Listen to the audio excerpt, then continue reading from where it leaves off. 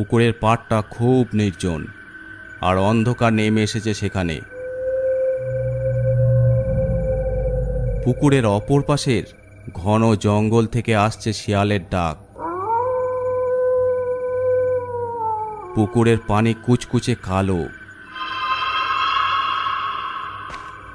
রহমত শীষ বাজাতে বাজাতে পুকুরের পাড় দিয়ে হেঁটে বাড়ি যাচ্ছিল।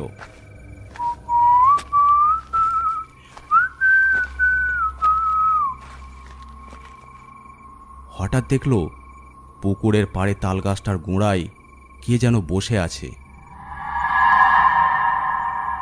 কাছে গিয়ে বলল, কে কে আপনি?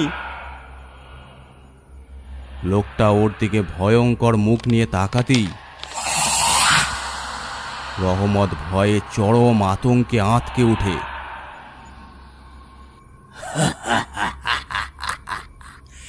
কে আমি? হ্যাঁ, কে আমি? এই বলে ওর গলাটা টিপে ধরল। আমাকে ছেড়ে দাও, ছেড়ে দাও আমাকে।